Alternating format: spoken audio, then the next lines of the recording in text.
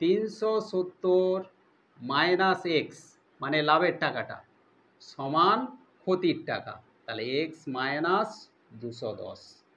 বা আজকের ক্লাসে আমি তোমাদের শেখাবো কষে দেখি 10.1-এর লাভ ক্ষতির অঙ্ক। 6-এর দাগের অঙ্কটা ভীষণ একটা ইম্পর্টেন্ট অঙ্ক আছে। এই অঙ্কটা তোমরা ভালো করে বুঝে নেওয়ার চেষ্টা করো, কারণ এই অঙ্কটা প্রায়ই পরীক্ষাতে আসে, সুতরাং অবশ্যই মন দিয়ে অঙ্কটা বুঝবে। কষে দেখি 10.1-এর 6-এর দাগের অঙ্ক দেখো। সুপ্রিয়া একটি ঘড়ি কিনেছে। যদি সে ঘড়িটি 370 টাকায় বিক্রি করে তখন তার যত টাকা লাভ হবে 210 টাকায় বিক্রি করলে তত টাকা ক্ষতি হবে। হিসাব করে দেখি ঘড়িটির ক্রয় মূল্য কত। কষে দেখি 10.1-এর আজকের অঙ্ক 6-এর দাগের অঙ্ক। আমরা মনে করছি ঘড়িটির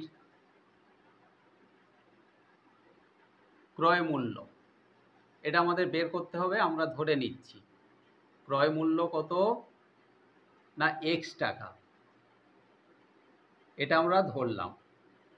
বলা হয়েছে ঘড়িটি যদি 370 টাকায় বিক্রি করা হয় তার লাভ হবে, তাহলে আমরা লিখব 370 টাকায় বিক্রি করলে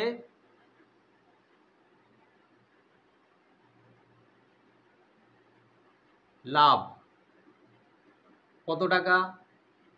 ঘড়িটা 370 টাকায় বিক্রি করবে মানে এটা বিক্রয় মূল্য, আর আমরা ক্রয় মূল্য ধরেছি এক্স টাকা, তাহলে বিক্রয় মূল্য থেকে ক্রয় মূল্য মাইনাস করলে লাভ হবে। তাহলে 370 মাইনাস এক্স, এই যে টাকাটা, এই টাকাটাই হচ্ছে লাভ হবে। আবার বলা হয়েছে আরও একটা কন্ডিশান, 210 টাকায় যদি বিক্রি করে, তাহলে 210 টাকায় বিক্রি করলে কি হবে না তার ক্ষতি হবে। ক্ষতি কখন হয় না বিক্রয় মূল্যের থেকে ক্রয় মূল্য যদি বেশি হয়, অর্থাৎ বেশি দামে কিনে কম দামে বিক্রি করলে তখন ক্ষতি হবে। তখন কি হবে না ক্রয় মূল্য থেকে বিক্রয় মূল্য মাইনাস হবে, তাহলে এক্স মাইনাস 210, এই টাকাটাই হচ্ছে ক্ষতির টাকা। তাহলে এটা লাভের টাকা আর এটা ক্ষতির টাকা। আমাদের অঙ্কের কন্ডিশানে বলা আছে যে 370 টাকায় বিক্রি করলে যত লাভ হয় 210 টাকায় বিক্রি করলে ততটাই ক্ষতি হয়। তাহলে আমরা লিখতে পারি শর্তানুযায়ী, মানে ওই কন্ডিশানে শর্তানুযায়ী 370 মাইনাস এক্স মানে লাভের টাকাটা সমান ক্ষতির টাকা, তাহলে এক্স মাইনাস 210। বা এখানে 370 মাইনাস এক্স আছে, তাহলে বাম দিকে আমরা এক্স রাখবো মাইনাস এক্স, আর সমানের ডান দিকে আছে প্লাস এক্স, এটা বাম দিকে আনলে মাইনাস এক্স হয়ে যাবে। সমানের ডান দিকে আছে মাইনাস 210, এই মাইনাস 210কে আমরা রেখে দিলাম। আর সমানের বাম দিকে আছে প্লাস 370, এটাকে ডান দিকে নিয়ে যাচ্ছি, এই যে সমানের ডান দিকে, তাহলে এটাও মাইনাস হয়ে যাবে 370।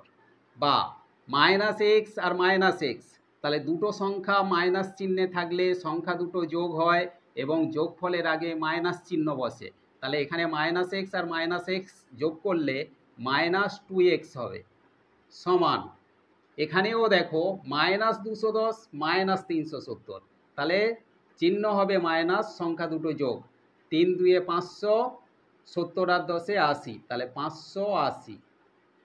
দেখো সমানের বাম দিকে আছে মাইনাস, সমানের ডান দিকেও আছে মাইনাস, তাহলে উভয় পক্ষ থেকে আমরা মাইনাসকে তুলে দিলাম। তাহলে এখানে থাকলো কি বা 2x সমান 580, বা এক্স সমান তাহলে কত না 580, এই দুইটা নিচে এলো বাই 2, 2 এবার 580-র সঙ্গে কাটাকাটি হবে, কাটলে আমরা কি পাচ্ছি না 2 দুগুণে 4, 1 18, 2 9 18, 0, তাহলে এক্সের মান আমরা এখানে কত পেলাম না 290 টাকা। এই এক্সটা কি ছিল আমাদের ঘড়িটার ক্রয় মূল্য ধরা ছিল, তাহলে আমরা লিখব অতএব দিয়ে যে ঘড়িটির ক্রয় মূল্য মানে কেনা দাম কত টাকা? না 290 টাকা।